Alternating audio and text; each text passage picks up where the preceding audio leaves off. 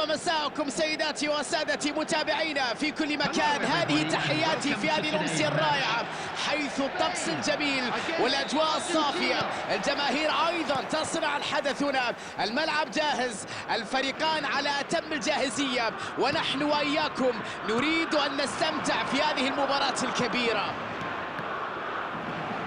يا سلام على هذه الأجواء الغير عادية هنا من ملعب اللقاء. جماهير يمكن القول أنها تصنع الحدث من خلال تواجدها الرائع والكثيف في المدرجات.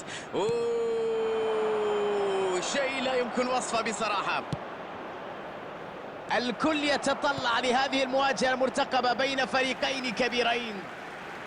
لحظات قليلة مرت على انطلاقة المباراة. إسبانيا ضد الأرجنتين. روميرو يمثل وجود لاوتارو مارتينيز في الملعب تهديد كبير للمدافعين. لاعب بقدراته وإمكانياته الهجومية خطر جدا على المرمى، ممكن أن يسجل في أي فرصة في أي لحظة. لا يمكن أن تترك أمام المرمى، لا يمكن أن تترك أمام مساحة.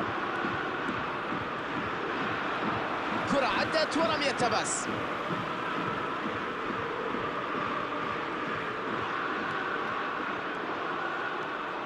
لا يبدو أنه أي فريق عنده رغبة هجومية في هذه المباراة.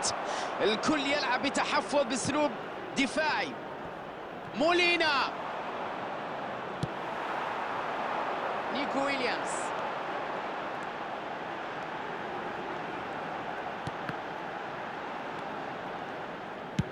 ها هي التسديدة، الكرة الخطيرة، خيبة أمل كبيرة على إضاعة فرصة قريبة من المرمى.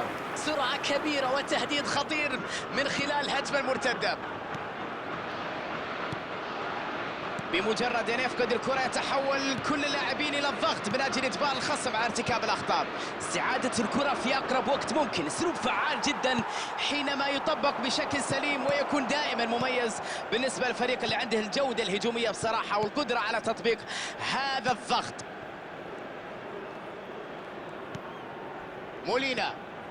مولينا يهرب في الجهة اليمنى. لمن هذه الكرة يا ترى؟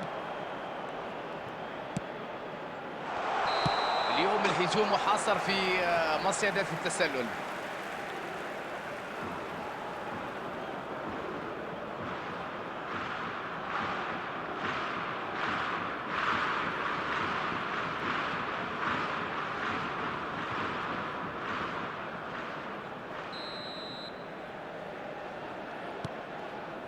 باو كوبارسي، كرة للمنطقة الأمامية.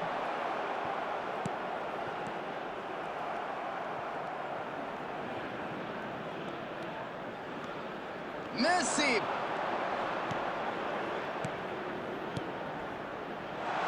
مولينا، يا سلام على الرشاقة، هدف للأرجنتين. واضح التركيز، واضح العزيمة والضغط على الخصم من أجل تسجيل مثل هذه الأهداف. واضح أن هناك عمل من المدرب بخصوص الضغط، البريسنج العالي على الخصم في هذه المناطق من أجل خلق فرص أخطر على المرمى. التقدم في هذه اللحظات بهدف مقابل لا شيء. تقدم جاء في لحظات مهمة جدا من عمر المباراة. التركيز الآن ضروري حتى لا يرتكب الفريق أي خطأ. فرصة خطيرة هنا، كرة نحو الأمام لكنها لا تصل بالشكل المطلوب. الكرة تصل إليه، عرضية من ناويل مولينا في أفضل مكان، لكن النهاية لم تكن ناجحة. مارتينيز حاول بضربة رأسية لكن غاب عنها التركيز. بالتأكيد يلوم نفسه بعض الشيء على ضياع هذه الفرصة.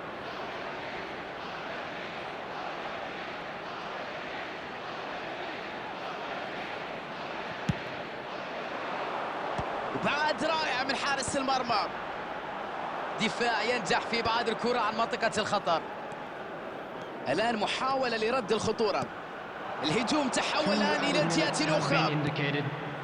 يسيطر على الكرة، لعب جيدا لكن الاعتراض كان رائع.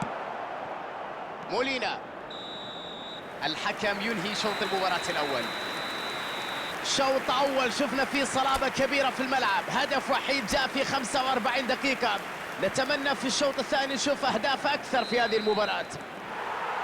الأداء بصراحة غير مقنع، يمكنهم أن يقدموا أداء أفضل، ربما مطالبين ببعض الهدوء والتركيز. يجب أن يتدخل مدرب أيضا لتفادي أي أخطاء أو سلبيات في الشوط الثاني. تستأنف المباراة مع انطلاقة الشوط الثاني. في هذه الظروف يجب أن يلعب الفريق بتوازن في الأداء، لأن الاندفاع نحو الهجوم قد تكون له نتائج عكسية. يستقبل كرة في وضعية ممتازة، تغيير الملعب ناحية اليمين، لمسة بينية.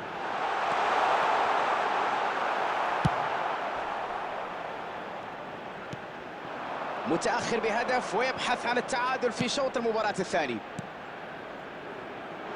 فرصة مارتينيز، تصدي غير عادي من حارس المرمى. ردة فعل غير عادية اليوم في هذه المباراة بالذات، يظهر لك مدى براعة هذا الحارس.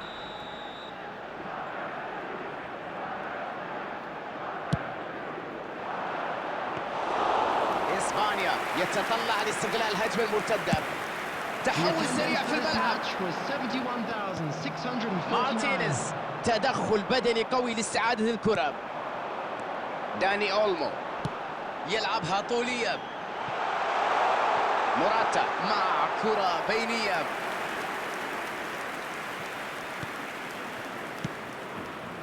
إسبانيا لا يحاول بما فيه كفاية لتفادي الهزيمة في الملعب، عليهم بذل جهد أكبر في الملعب ومحاولة أكثر على المرمى. ليونيل ميسي، كانت مراوغة رائعة جدا وفرصة كبيرة، عمل كل شيء في هذه الكرة لكن فشل في اللمسة الأخيرة.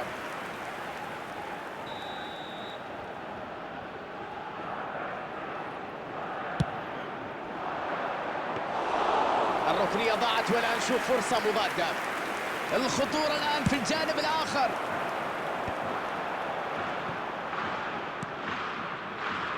لامين يامال، يبقى الكرة. عليهم الاستمرار في المحاولة والهجوم، تقدم للأمام دائما أمر جيد. يجب أن يستمر الهجوم وإيجاد حل لهذه المشكلة. يبعد الكرة بعيدا عن المرمى. إسبانيا ربما كان بإمكانهم استغلال الفرصة الأخيرة بشكل أفضل، لكن واضح أنهم يحاولون بشتى الطرق تسجيل التعادل. تمريرة جميلة الآن، هذه لامين يامال، وضاعت فرصة محققة لإدراك التعادل. لامين يامال يضيع فرصة كانت مهمة جدا وقريبة إلى أن تكون هدف. الآن ربما مطالب باستغلال أي فرصة قادمة لإنقاذ الفريق.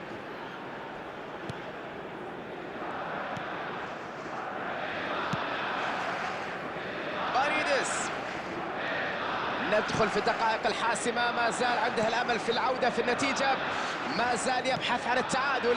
في اللحظات الأخيرة الكل يكون على أعصابه، عليهم التركيز في استغلال أي فرصة متاحة، من الممكن أن يصلوا ولو في وقت متأخر. هذه هي القوة المطلوبة في هذه المواقف.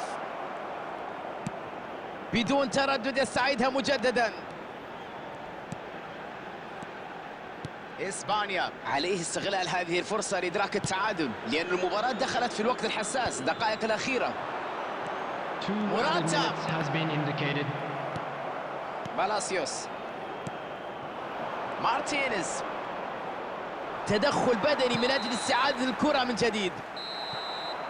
انتهت المباراة. في النهاية هدف واحد قام بالمهمة هنا وخسر الفريق اللقاء بعد فشله في التسجيل. لا بد أن يكون هناك